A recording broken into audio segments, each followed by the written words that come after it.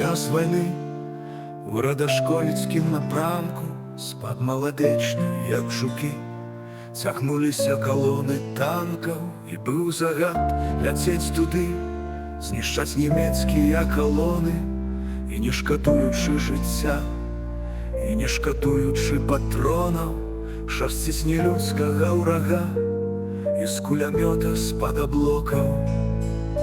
Пад сонцам у небе над зямлёй ляцелі нашы арлы птахі, нібыта ласкавая маці, пясцілі промні іх цяплом.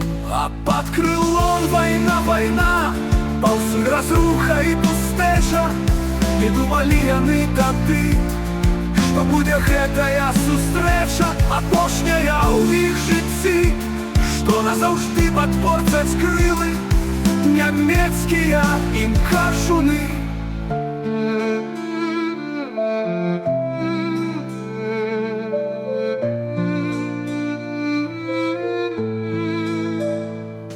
Той дзень ля могілак пад лесам, каля драўлянага мастка, гастэла з неба ў мазках, бамбіў нямецкага ўрага.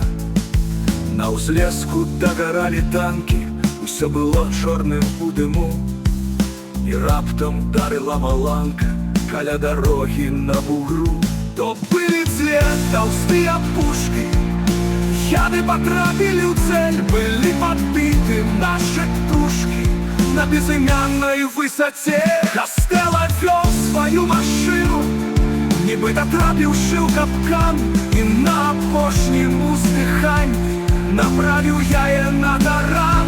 На ўскрайку леса ля балота, дзе дуб стаіць зусім стары, знайшоў спакой свой Лявярковіч, бамбардзіроўшчык ДТ-3.